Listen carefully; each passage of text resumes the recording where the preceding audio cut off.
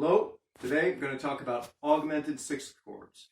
So first thing to talk about with these chords is what is their function? What is an augmented sixth chord good for? What they are used for 99% of the time is to lead to five. Right? We learned about a lot of different chords that lead to five. And there are more diatonic ways, more conventional ways to lead to five, like using just a 2 chord or a 4 chord. And then we've learned about some other chromatic ways or ways of emphasizing the 5 chord a little bit more. For example, using a secondary dominant like 5 of 5 or 7 of 5. Just learned about the Neapolitan chord, which is another colorful chromatic way of approaching 5 because it has at least one non-chord tone.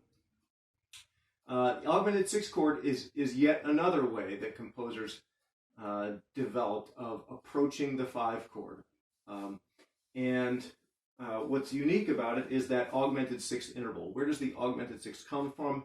It comes from the fact that what we are doing, the way that we are approaching 5. Let's say if I'm in the key of C, okay, scale degree 5 is obviously G. That's our dominant. In an augmented sixth chord, what we are doing is we are approaching the tone of the dominant itself, scale degree 5, by half steps from above, usually in the bass, and simultaneously from below in some other voice. Right? So this interval right here is your augmented sixth. Now if you were to just play this interval out of the blue, you might say, oh, it's a minor seventh. And usually when we hear this sonority, it is a minor seventh, but it depends how it's spelled. If this is an A flat leading down to G, this is, if it leads up to G, we're not going to call it G flat, which would be the minor seventh. We're going to call it F sharp. So the whole point is we are leading to the dominant by half step from above and from below. And then, of course, having arrived at that dominant tone, okay, we can resolve to 1. Every augmented sixth chord contains that augmented sixth interval. Now, sometimes, and this is one of the sort of exceptions that we'll get to, or one of the sort of special cases, sometimes that augmented sixth might be instead a diminished third or a diminished tenth. That is, we might invert that interval. Instead of going by half steps down in the bass and a half step up in some other voice, we could do the opposite. We could approach it from the half step below in the bass and from the half step above in some other voice. Right. So we do find that use, we generally still call it an augmented sixth chord, even though technically it doesn't have the augmented sixth interval anymore. It has a diminished third. So F sharp to A flat, whether I have the additional octave in there or not, we consider it a diminished third. Okay, so all the augmented sixth chords have that augmented sixth interval, which is sometimes inverted to form a diminished third.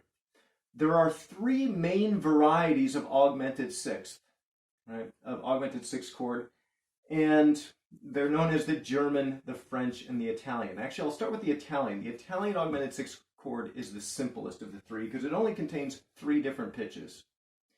The Italian augmented sixth chord contains the augmented sixth interval and the tonic of the key, whichever key you're in. The smoothest voice leading, if I'm going directly to 5 with this chord, as it usually does, well, my augmented sixth interval, of course, goes out to scale degree 5. The tonic of the key is going to go down to the leading tone, right?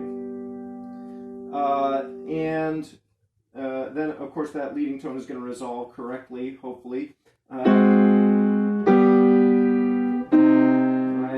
It's going to go to the tonic the way that it wants to go.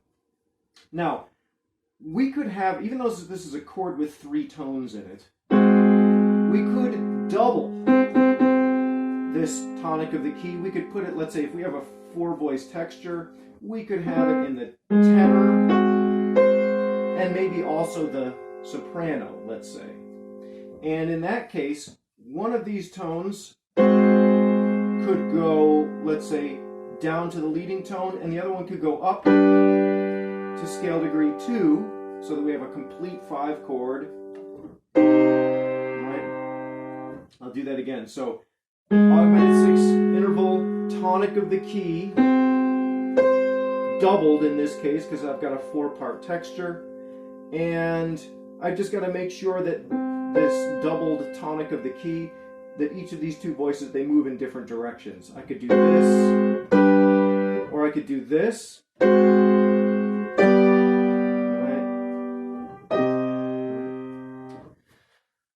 By the way, I've been resolving this in C minor. I'm in C minor instead of C major. You can have augmented 6 chords in major as well as minor.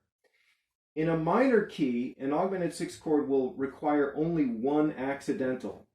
For example, in C minor, A flat is already in the key signature. The F sharp is not, obviously. In C major, both of these are going to be accidentals. You have, obviously, in C major, you have only white keys. So the effect of the augmented 6 chord is a little bit more striking in major than in minor. It has even more sort of potency because it has 2 chromatic tones instead of just 1.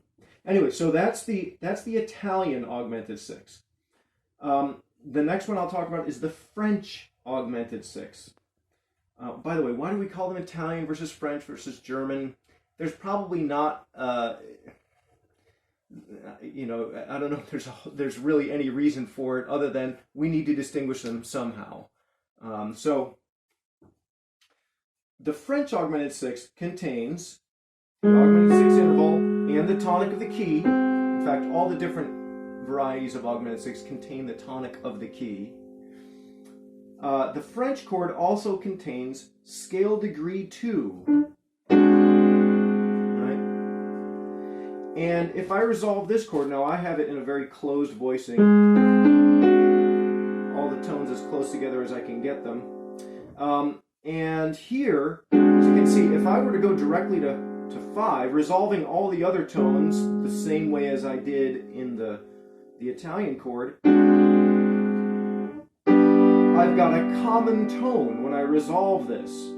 That scale degree 2 becomes the 5th of the 5 chord, so it's very smooth. By the way, it's helpful that the French chord actually does have kind of a French sound, at least to me, because this chord has actually 4 out of the 6 different tones of the whole tone scale. And, you know, we associate the whole tone scale with the Impressionist composers. Now, it's probably just kind of a coincidence, but it's sort of a little mnemonic device or whatever that helped me back years ago when I was learning these different chords. That it actually sounds French to me because it has this this colorful, almost whole tone scale like sound, right? So the French chord, once again, that scale degree 2 is usually going to be a common tone, and then that will resolve the normal way that we would expect the 5 chord to resolve to 1. One chord left to talk about, that's the German augmented 6. In the German augmented 6 chord, we have the augmented 6 interval, the tonic of the key, and the scale degree 3. Now, this is the minor scale degree 3. So I'm talking as if I was in a minor key, and it gets complicated with the German augmented 6 chord in major keys. So first I'm just going to talk about the German augmented 6 in minor keys, okay? In which case we have an E flat, okay? Now this creates a problem, because if I resolve this chord the same way that I, for example, resolve the French chord, look what happens. The smoothest, the closest place for this E flat to go is down to the D. And that might not sound bad, but watch carefully what happens. If I resolve the German chord directly to 5, I get parallel fifths. Right? Doesn't sound so bad on the piano, but if you had a choir singing it, or if you had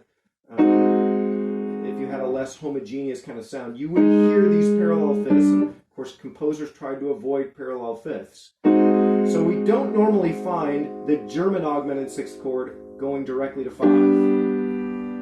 Instead, the German augmented sixth chord almost always goes to 1-6-4 first, and then to 5, and then to 1. Right? Now, the other chords, the Italian and the French chord, they could also go to 1-6-4, and then to 5 and to 1. That's always an option. But the German chord kind of has to, in order to avoid the parallel fifths. Right? Now, that makes the resolution of the German chord, even though it's sort of like a two-step process now, because we have to go to 1-6-4 first and then to 5, it's actually fairly simple, because all we're going to do, we're going to resolve the augmented sixth interval first and keep the other two as common tones. And then once we've arrived at the 1-6-4, now we keep this doubled scale degree 5, and we resolve the other two voices down by step. And now we've got a 5 chord that we can resolve. Right? Now, as I said, things get complicated with a German augmented sixth chord in major. Because, for one thing, now look what I've got. I've got 3 tones which are chromatic. If I was in C major, obviously these 3 being black keys, these are not diatonic tones. So the German augmented sixth chord is pretty striking in major keys, more so than the other 2, because now we've got 3 out of the 4 tones in the chord are chromatic tones. Here's the thing, though, and this is something that might vary from one composer to another, but usually the German augmented sixth chord is not spelled with an E flat, let's say, if you're in C major. Why? Because we don't expect E flat to resolve to E natural.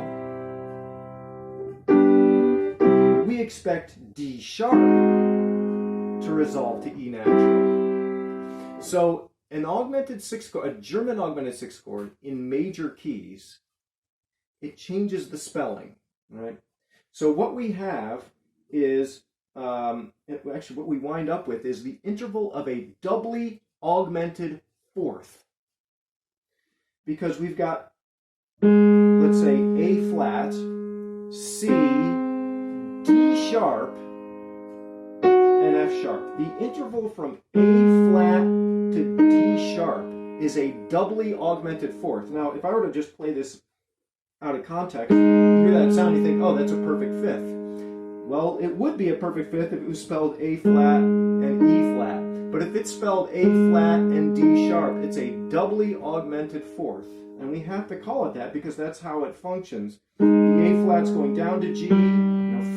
Flatted notes tend to resolve down. The D sharp tends to resolve up to E. Right? So what you will see in figured bass for this chord in major keys, you will see 2 pluses and a 4. That's telling you, oh, this is a German augmented sixth chord in major. It's got the doubly augmented fourth interval, right? Okay, so we still need to resolve this chord, whether in major and minor. We still need to resolve it to a 1-6-4 chord first, then to 5, and then to 1. All right, let me just, I've covered the basics of this chord.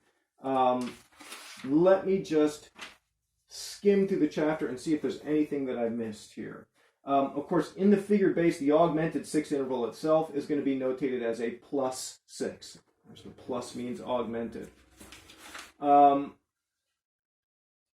There's by the way, there's another possibility. Sometimes the augmented sixth chord might resolve directly to a 5-7 chord instead of a 5.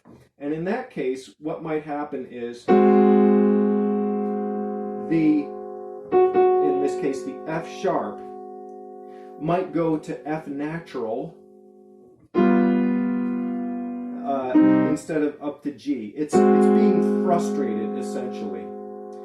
Instead of going up to the top. Now, actually, again, it depends on whether we're writing a 4-part chorale, are we writing an orchestral piece or piano piece. The strictness of the voice leading is going to be different in those different situations.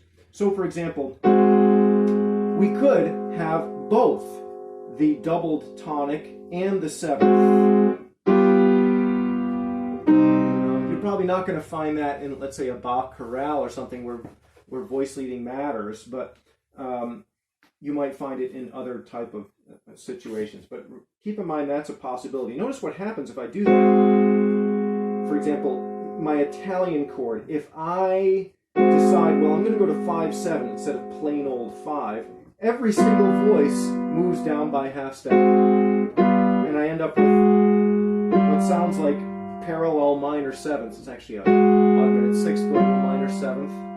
And I have parallel tritones, right?